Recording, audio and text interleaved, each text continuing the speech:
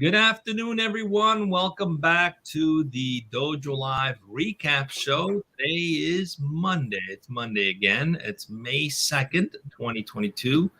This is Tulio Sergusa, broadcasting from Southern California. And joining me are Kim Lantis in Hermosillo, Mexico, and America Guerrero in Mexico City. Hey, guys, welcome back. I cannot believe it's May already. I know. It's already May.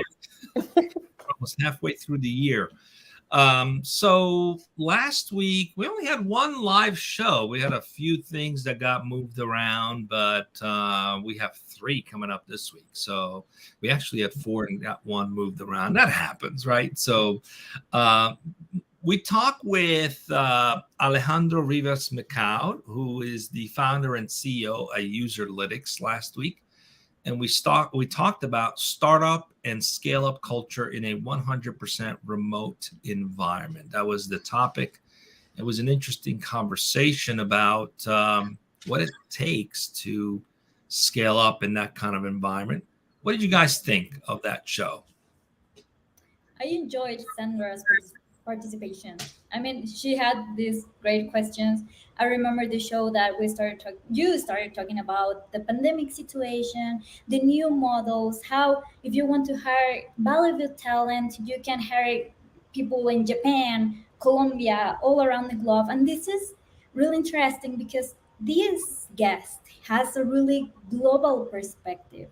He has this nuclear engineering background. He lived in Japan, Spain, France, and now he's applying all this knowledge and experience in this company. And then Sandra, I remember she asked, how can you relate this change element in the user experience? And it's really interesting because with this pandemic situation, everything changed with digital transformation. And now it's really important to make the interface not that, how do you say, Kim, visible for user experience, that it could be more effective if you want to reach a goal and you don't need to have enough to go with this old technology. And everything is about adapting. I really like it. Sorry. Hi. Sorry, guys. No, I think what Alejandro was saying was the invisible interface. Yes, is what it was all about. Yeah, I really enjoyed his show as well. You're sorry. Okay. I forgive you. It's okay. Yeah, I mean, go ahead. The idea of I'm sorry, I'm going to jump in. The idea of the invisible interface was very interesting because ultimately, it's like when you go to a restaurant and you're getting really amazing service when you don't even know that the wait staff is there, right? They're there, they're not there. You got what you need. It's like seamless, it's smooth.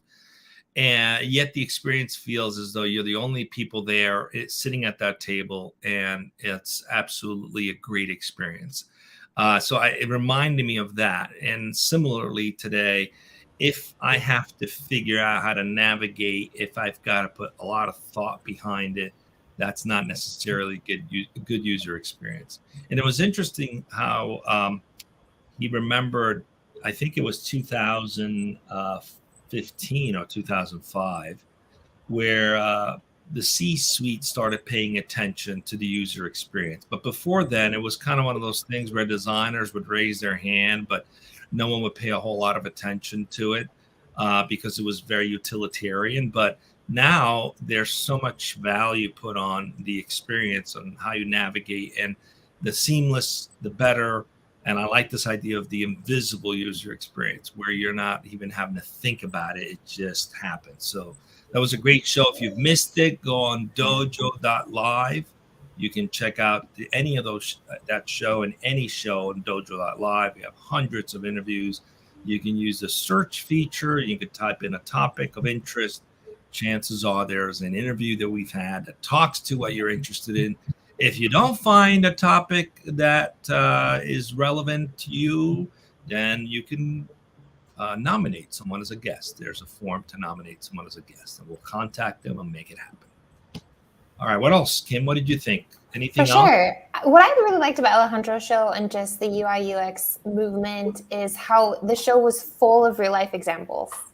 A lot of examples, super easy to digest, and really just this foundation that if you want to become the Kleenex or the Windex, you know, this synonymous word in the technology industry, for example, Zoom, which is, if you think video conferencing, you Zoom it, right? Whether you're using a different interface, it's Zoom, right? And so that's really where UI UX comes into play, and just what they're building at Userlytics is really, really interesting, and how they help you accomplish that. Yeah, yeah, and also keeping up with changes and what people need. I mean, because we've also had things like Xerox that were synonymous with photocopying, but no more, because they didn't keep up with the movement of work from home, or those solopreneurs and printers at home with the bubble jets. So it's an example of, it's not you one time leave it and you're done.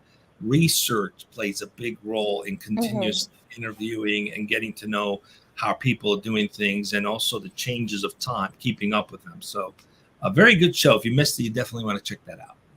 Yeah. What do we got coming up? We've got three unscripted shows coming up, starting with tomorrow. That will be Tuesday at 12 o'clock Pacific. We're going to be talking with Joe Gagnon, CEO at One Up Health. And the topic of that is transforming healthcare data. How will FHIR interoperability transform healthcare? Right? Interoperability. Say that 10 times fast, folks. All right. And then we've also got the show at 12 o'clock Pacific on Wednesday, which is going to be democratizing financial markets with accessible tooling, why it's important to make traditional high-tech products accessible to folks from all backgrounds. That's Morgan Howell, founder and CTO of Stock Alarm, right? And really in line with the UI UX approach. And then finally, we will have a show at 12 o'clock Pacific on Thursday. That is with Matthew Van Burskik at Hummingbird. No topic yet on that one, but I'm sure it's going to be a good one. See you all back tomorrow at noon Pacific.